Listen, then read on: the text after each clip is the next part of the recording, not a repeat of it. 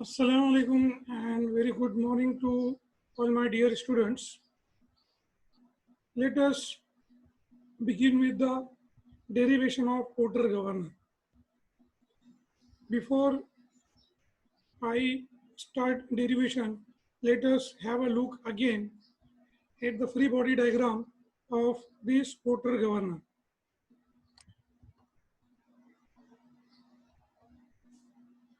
What is shown in the figure is the left half portion of the Porter governor free body diagram.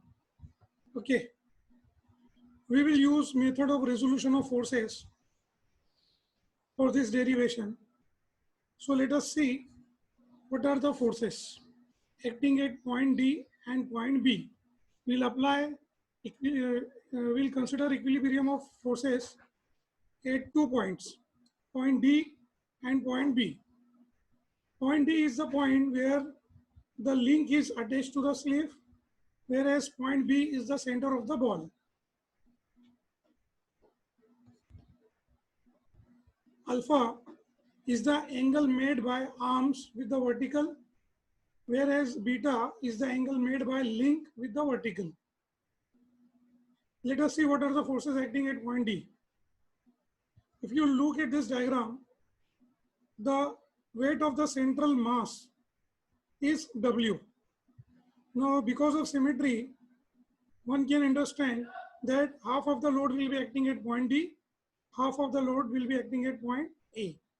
So at point D, half of the weight of the central load, capital W by 2, will be acting vertically downward. The other force at point D is tension T2 in arm, in the link. Okay. Now at point B, there are total 4 forces acting.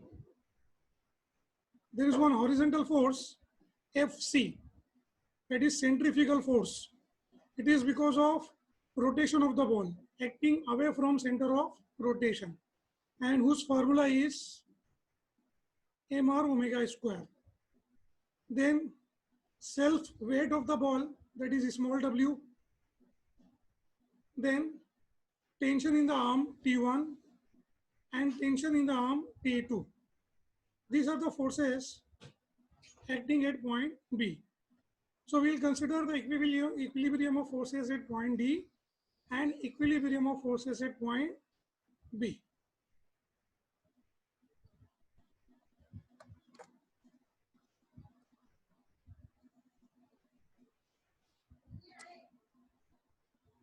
Now let us go for the derivation.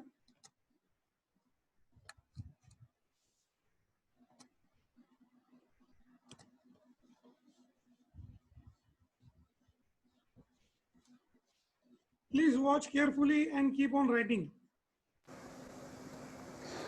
Hello everyone. Today we are going to learn derivation on Porter governor. Before we begin, let me first explain you the diagram. The diagram that you see here is actually the free body diagram of left portion of Porter governor.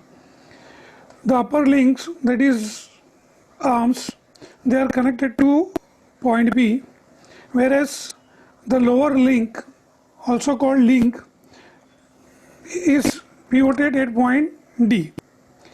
The ball is connected between arms and link. B is the center of ball. So let us first understand what are the terms we are going to use in this derivation. M is mass of the ball, small w is weight of the ball, capital M is mass of central load on the sleeve, capital W is weight of central load on the sleeve.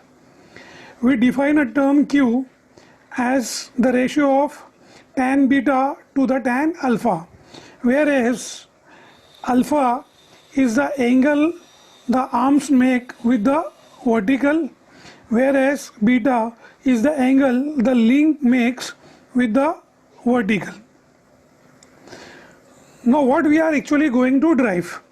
If you know this in the beginning of the derivation, then it becomes very easy to remember and understand the derivation. We are actually going to derive the relation between governor speed n and governor height h, as shown in this diagram. Okay, is the radius of the rotation of ball, T1 is the tension in the arm and T2 is the tension in the link, whereas FC is the centrifugal force acting on the ball, whereas small w is the weight of the ball and capital W by 2 is the weight, half of the weight of the central load acting at point D. Half of the weight of central load will be acting on the other side of the spindle. As we have drawn only half portion, only half of the central load will be acting at point D, W by 2 due to symmetry. Now let me explain you how we are going to drive this. We are going to use the method of resolution of forces. Resolution of forces you have learned in engineering mechanics and you are all familiar with the procedure.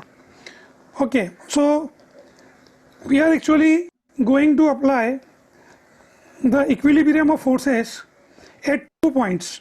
At point B, that is the center of the ball, and at point D, where the link is attached to the sleeve. Now in step 1, we will consider point D.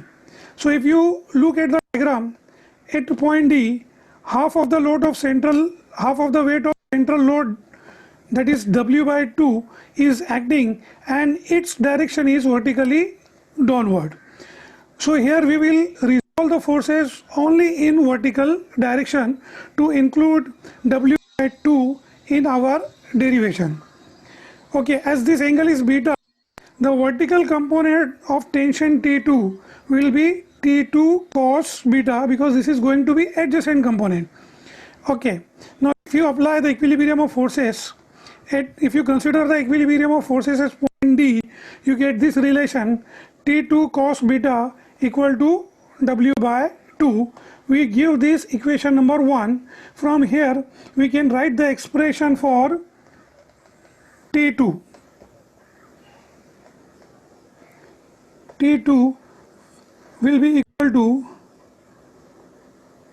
mg upon 2 cos beta.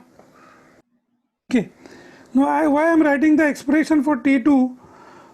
Because I want my final expression, I don't want T1 and T2 in my final expression, because while solving the numerical I will not be knowing the tension in T1 and T2. So my intention is to eliminate them from my expression. That's why I write the expression for T2. Later I will substitute this expression to eliminate T2. Now in the second step we will consider point B, that is center of the ball. Here first we will resolve the forces vertically. Okay, so the vertical force acting at point B is its self weight, that is small w. Okay, and the vertical component of tension T1, that is T1 cos alpha, and vertical component of T2, that is T2 cos beta. As this angle is alpha, this angle is also alpha. As this angle is beta, this angle is also beta. So this vertical component is going to be T1 cos alpha.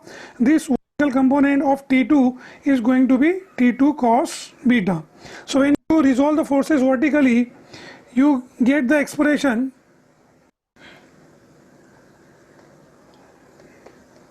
that is forces in upward direction T1 cos alpha equal to T2 cos beta plus small w. These are the two forces acting downward. T1 cos alpha equal to T2 cos beta plus W. These two forces are acting downward. Okay, so in place of T2 cos beta from equation number 1, I can write mg by d2, mg by 2, so that I can eliminate T2. So this will be capital mg by 2 plus small mg. Okay, this is my equation number 2. Now I will resolve the forces horizontally. So resolving forces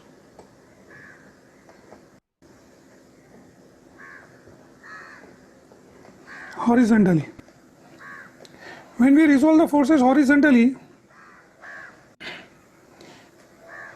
you see on the right side we have forces T1 sin alpha, that is the sine component of tension T1, plus T2 sin beta, that is sine component of tension 2. So T1 sin alpha plus T2 sin beta equal to, now the force at point B acting leftward is Fc, that is centrifugal force Fc. Now again here we can eliminate T2 by writing mg upon 2 cos beta in place of T2. So we have T1 sin alpha plus mg upon 2 cos beta sin beta equal to Fc. Now sin beta upon cos beta is tan beta. So we can have T1 sin alpha equal to Fc minus, I am bringing this component on the right hand side. So it is mg by 2 sin beta upon cos beta is tan beta. This is my equation number 3. Now in order to eliminate tension T1, what I can do is I can divide equation 3 by equation 2, so that on the left hand side T1 gets cancelled.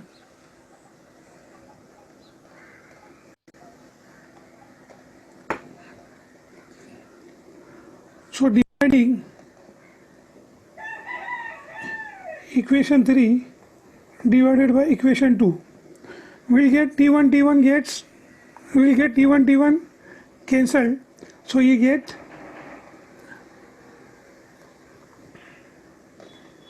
T1 sin alpha upon T1 cos alpha equal to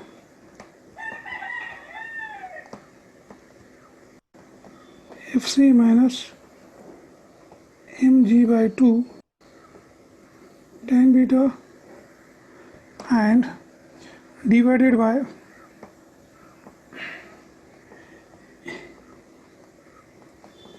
mg by 2 plus small mg.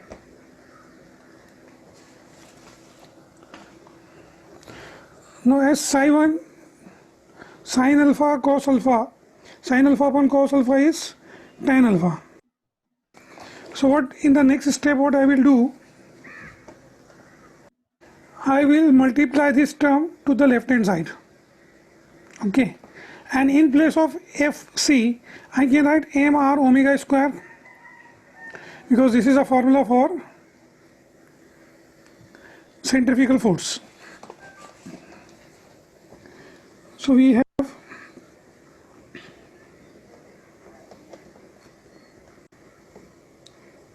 plus mg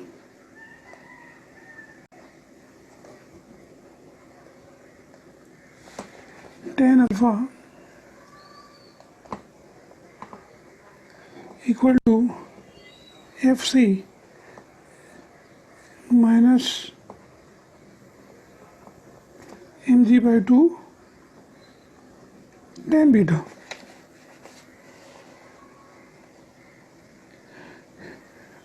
Now dividing the entire equation by tan alpha, we get capital mg by 2 plus small mg equal to, in place of Fc, now I can write mr omega square upon tan alpha minus mg by 2 tan beta upon tan alpha. Now you remember that we have taken tan beta upon tan alpha as cube, okay, and now tan alpha from the geometry of this figure, this is the height of the governor h and this is radius of rotation. So tan alpha will be opposite upon adjacent. Opposite is r, adjacent is h. So tan alpha I can write as r by h. So we have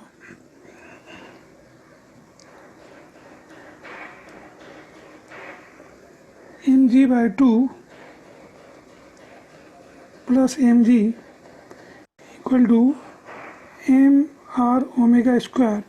As tan alpha is in denominator, instead of writing r by h, I will write it with multiplication h by r minus mg by 2 tan beta upon tan alpha is q. Now I want n, formula for n, that is governor speed. That's why what I will do, separate this term omega square. I have to separate this term containing omega square because I can write omega in terms of n. Now r gets cancelled here, okay. So let us bring these terms here. So what will happen, we'll bring this term here and we'll write this on left hand side. So we have m omega square h equal to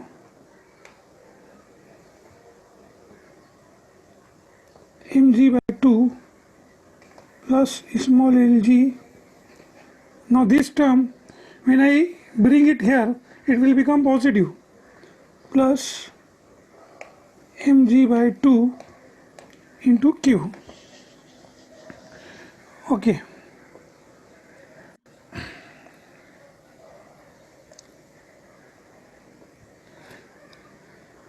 Now I can write h equal to mg by 2 I can take common, so I can write this as mg plus mg by 2, when you take it common in bracket you can write 1 plus q. So this is one term, okay. Now I am bringing this term here, they will become m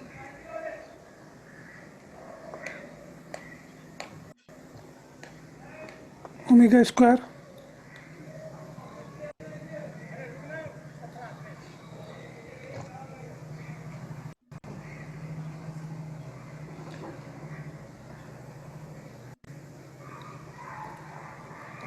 okay. From this term I can take g common, so the same expression I am writing h by taking g common, this will become m plus capital M by 2 1 plus q g by m omega square. Now I bring omega square here and h here. This becomes omega square m plus m by 2 1 plus q. This small m I am writing here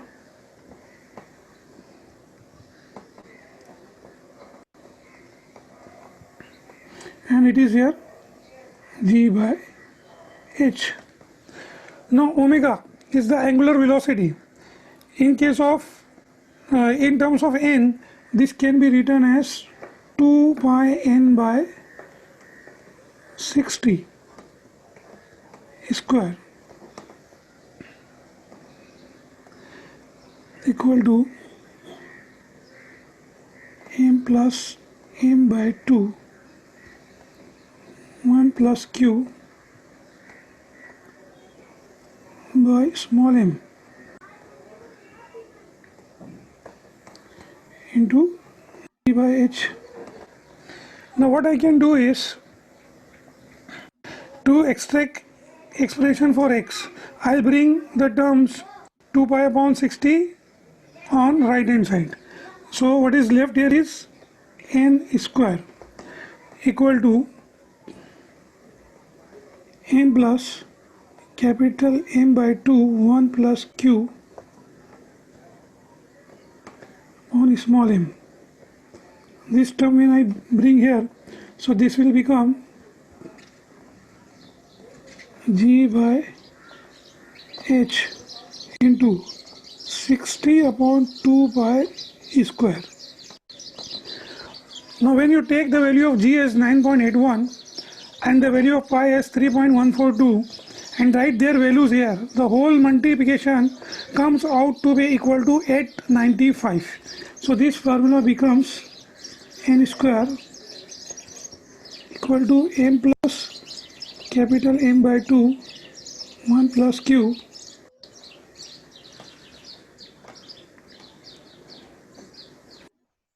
small m multiplied by 895 upon h. You get 895 when you put G equal to 9.81 and pi equal to 3.142. The multiplication of all these is equal to 895. So this is the final formula for governor speed. So we got the relation between governor speed and governor height. Okay. Now we'll consider few special case. What are these special case? Okay. Now see,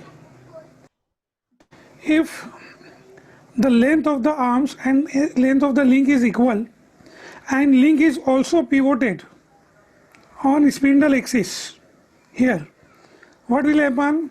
Alpha and beta will be equal because of symmetry, right? So in such case, when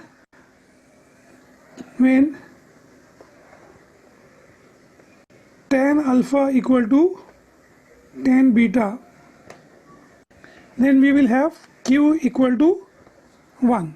When you have q equal to 1, you see in this formula 1 plus q will be equal to 1 plus 1. So 2 will get cancelled.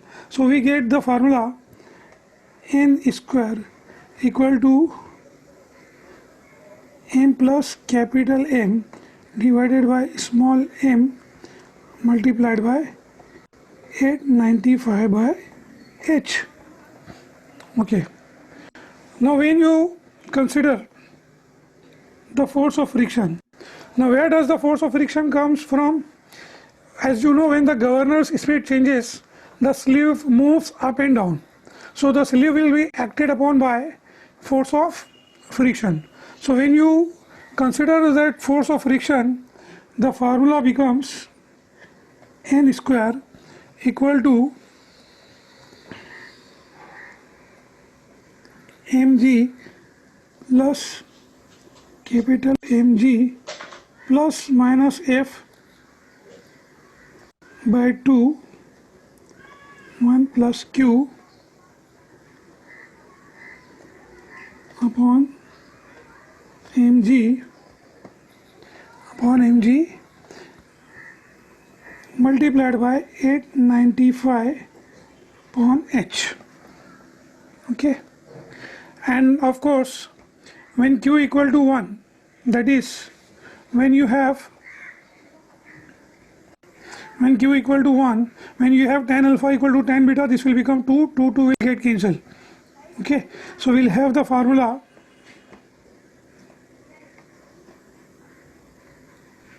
m square mg plus capital Mg plus minus f divided by mg multiplied by 895 by h. Now when to use positive sign and when to use negative sign. When the governor speed increases, the sleeve will move upward, so force of friction will act opposite, that is downward, so we will use a positive sign. When the governor speed decreases, the sleeve will move downward, the force of friction will act opposite, that is upward, so we will make use of negative sign. So when the governor speed increases, use positive sign. When the governor speed decreases, use negative sign. Okay, I hope you guys understand. This is my first video, recorded video, so you may find some inconvenience. I am sorry for that. If you learn from this video, my hard work is fruitful. Thank you.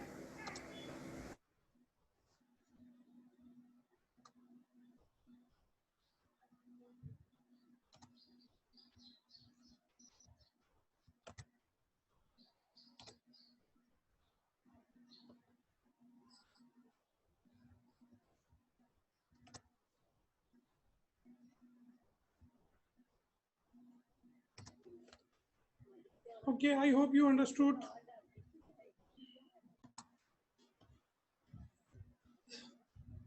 Remember, this formula we will use when the force of friction is not given and Q is not equal to 1.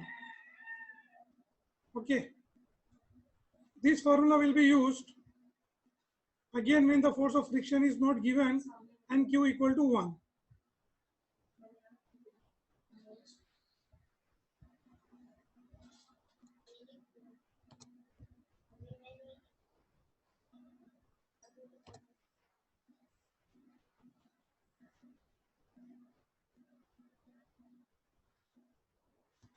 This formula number 2 and 3 we will use when the force of friction is given.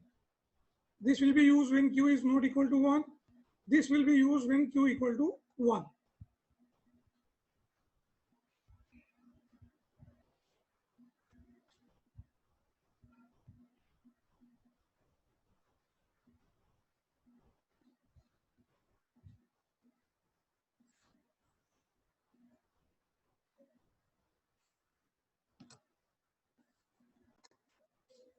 Okay, now let us solve a numerical on Porter governor.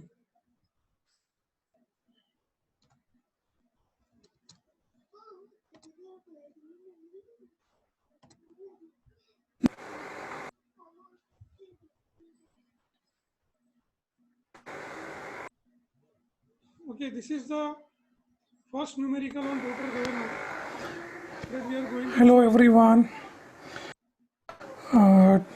Welcome back to my channel. Today we are going to learn the solution of a very simple numerical on Porter governor. This is question number 2 of exercises given in Theory of Machine by R.S. Khurmi. First of all, I read the question for you. When you watch this recorded video, you can pause this video to read the question fully. The question is, a Porter governor has two balls, each of mass 3 kg and central load of mass 15 kg. The arms are all 200 mm long, pivoted on the axis. If the maximum and minimum radii of rotation of the balls are 160 mm and 120 mm respectively, find the range of speed. So let me first tell you what is the range of speed. Range of speed is nothing but the difference between the maximum speed of governor and minimum speed of governor. This means we need to find what is the maximum speed of governor and what is the minimum speed of governor, so that we can calculate their difference. You should know, when the radius of rotation is maximum, the speed of governor is maximum. When the radius of rotation is minimum, the speed of governor is minimum. So we are taking the first case, that is maximum speed. This happens when the radius of rotation is maximum, and maximum radius of rotation is given as R1 equal to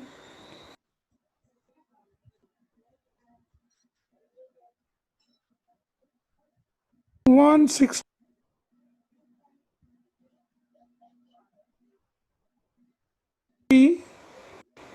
mm.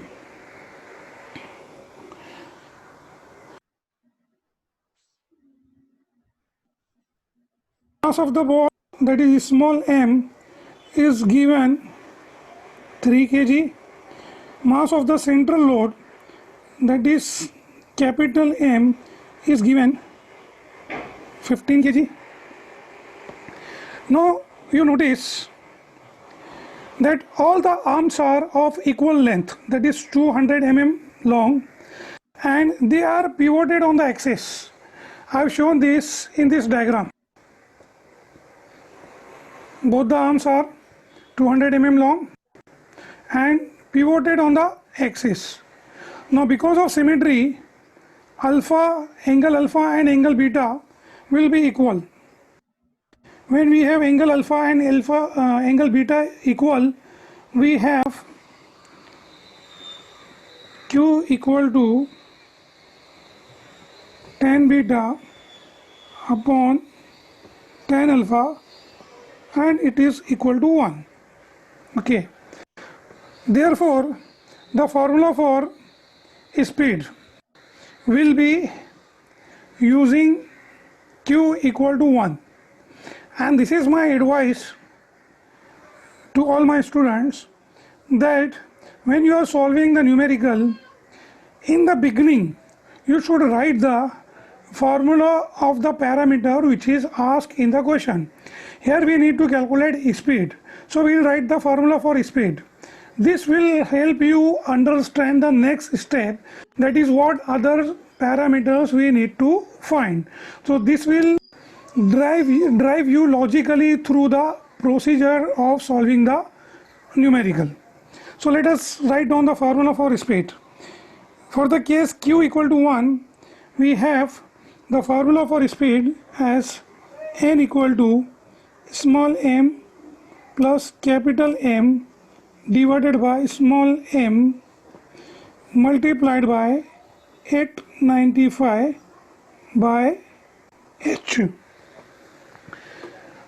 Now as we are calculating speed for case 1, that is we are calculating maximum speed, this is n1 square, and here we will consider the height of governor h1 as shown in this diagram, h1.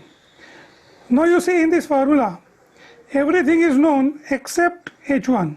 So you understand the next step, that we need to find the value of h1. Now the value of h1, how can we find? We can find it easily by using Pythagoras theorem in this geometry. Okay, this hypotenuse is 200 mm long. R1, maximum radius of rotation, is given 160 mm. So we can easily find the third side of this triangle, that is h1. So applying Pythagoras theorem, we have h1 equal to square root of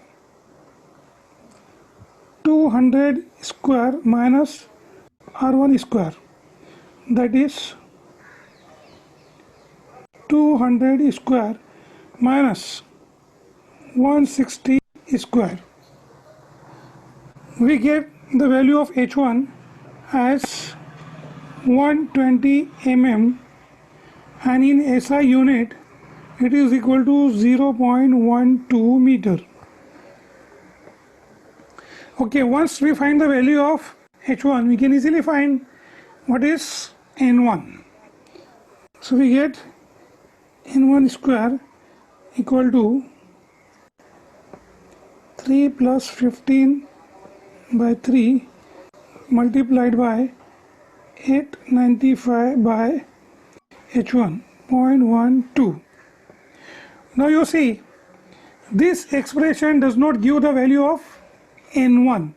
It gives you the value of N1 square. Therefore, you have to find N1. From this, the value of N1 comes to be 211.54. As this is rotational speed, its unit will be RPM. Okay, so we get maximum speed of the governor. Now in the second step, that is for case 2,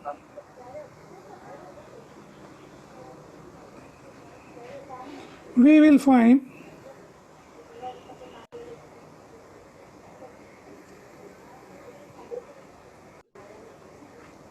minimum speed, that is N2.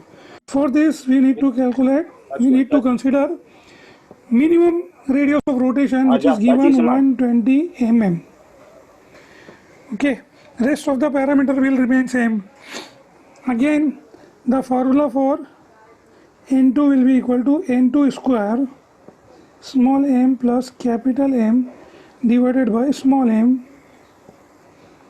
multiplied by 895 by now H2. As you are finding N2, you have to use the value of H2. Now from this diagram, again we can find the value of H2 in a similar fashion. So we have the formula for H2 as H2 equal to under root 200 square minus 120 square, and this value comes out to be 160 mm. Okay, in SI unit, that is in meter, it is 0.16 meter. Now let us find N2 using this formula.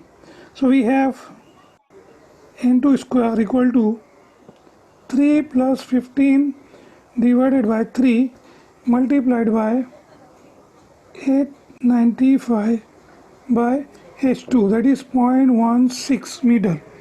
Okay, again I am reminding you, from this formula you will get the value of N2 square, not N2. So you have to take the square root of that value.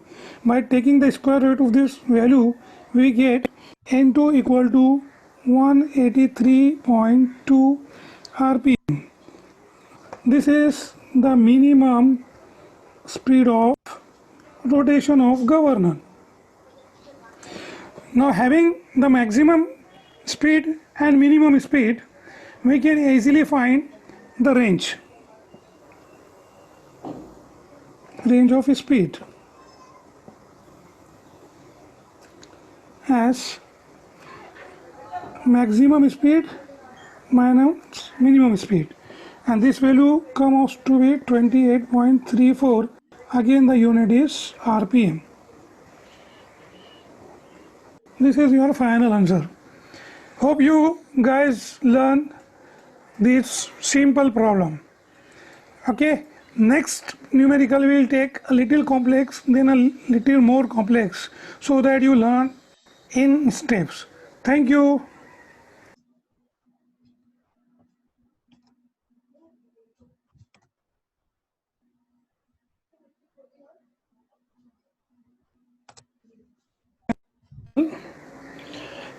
Let us solve another numerical on portal governor. This is question number 3 of exercises from Theory of Machine by R.S. Khurmi. When you are watching this recorded video, you can pause the video to read the question. Let me read it for you.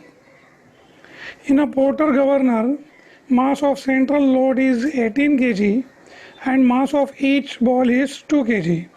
The top arms are 250 mm while the bottom arms are 300 mm long. The friction of the sleeve is 14 Newton. If top arms make 45 degree with the axis of rotation in equilibrium position, find the range of speed of governor in that position. Okay, in this question, the force of friction is given, and you notice one thing, that the top arms and the bottom arms, they are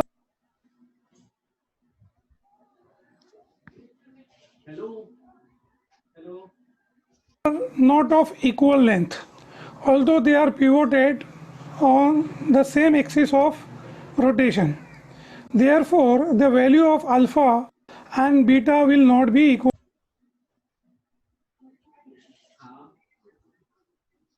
will not be same. Therefore, in this case, Q will not be equal to 1.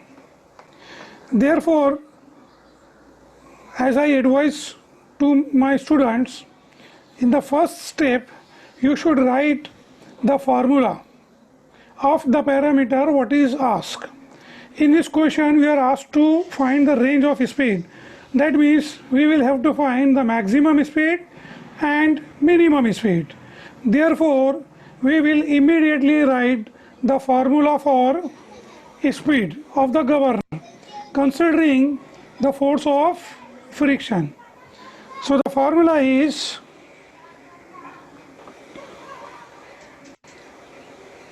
n square equal to mg plus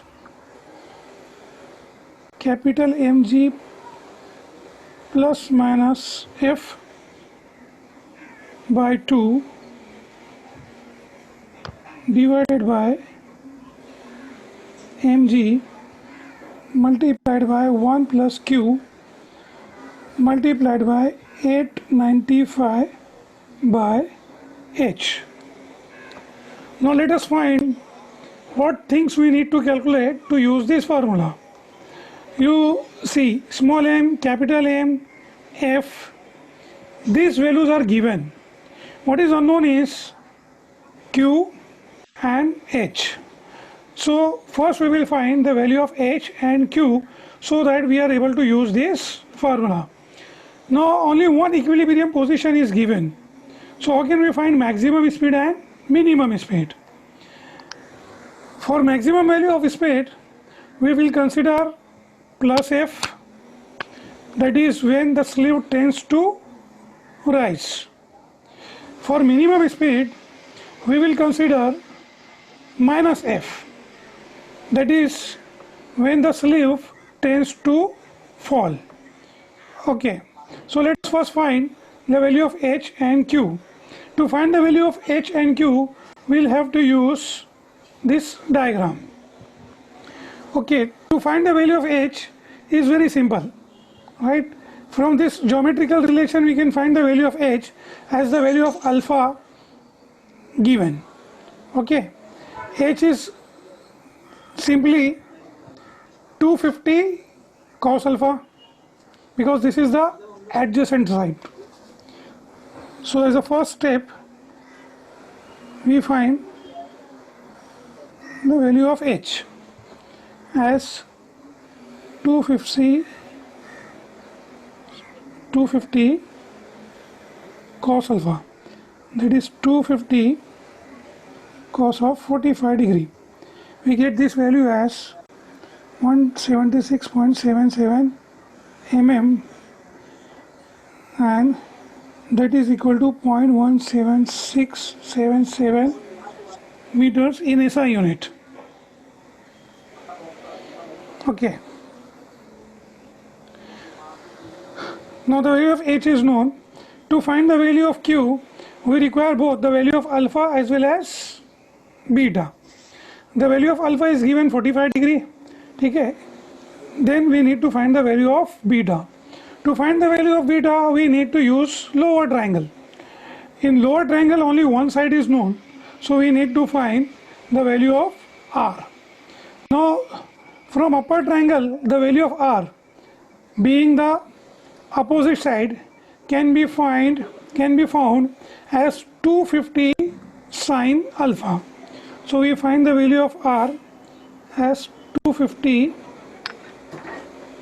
sine alpha, that is 250 cos of 45 degree, again equal to 176.77 mm. In SI unit, it is 0.176. By mistake, I wrote here cos 45 degree. It is actually sin 45 degree. But anyway, the value will remain same because cos 45 and sin 45 are equal. 7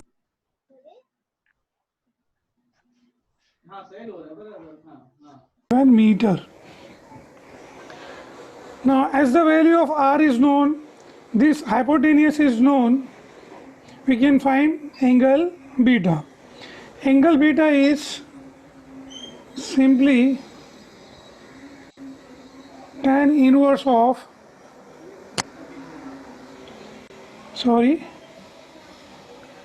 sine inverse of r upon 300, that is 0.17677. Sorry, okay, if you are keeping, let us put this in mm divided by 300 because we are keeping this in mm. Right. So this value comes out to be 36.1 degree. Now, as the value of alpha and beta is known, we can find the value of q. Q is tan beta upon tan alpha, tan of 36.1 degree divided by tan of 45 degree. This is equal to 0.729. Now Q and H are known. Therefore, we are able to use this formula. Therefore, for maximum speed, case 1, to find N1, we'll use this formula as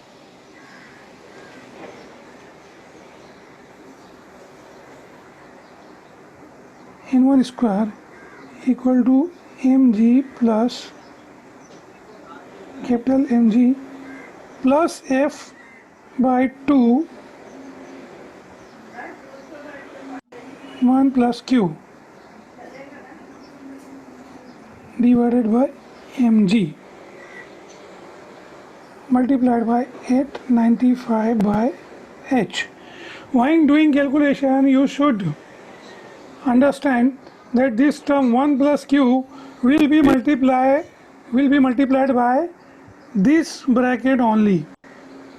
Only m plus g by f by 2 will be multiplied by 1 plus q, not mg. Small mg will not be multiplied.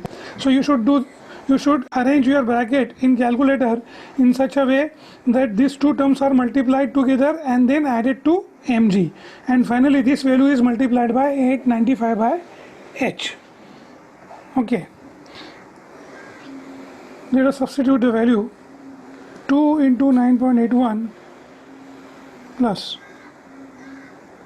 18 into 9.81 plus 14 divided by 2 multiplied by addition of these two will be 1.729 multiplied by 895 divided by h. Now we'll substitute h in SI unit, 0.17677. Now again this will give you the value of n1 square, not the value of n1. So by taking square root you can find the value of n1. So n1 is 218.6. Here I forgot to write the value of mg in denominator, but the calculation, the value is correct.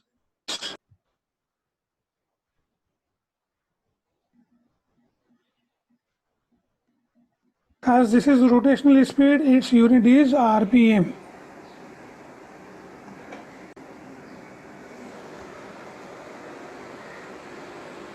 Now case 2. Let us find what is N2, that is minimum speed. To find minimum speed, in this formula we will consider minus F. So formula for N2 square will be mg plus mg minus F by 2 multiplied by 1 plus q divided by mg multiplied by 895 by h. Now again you substitute the value, take the square root of this answer, because this is the value of n, this is the expression for n2 square, and when you take the square root of this value you get n2 equal to 203.3 rpm. Now you can find the value of range.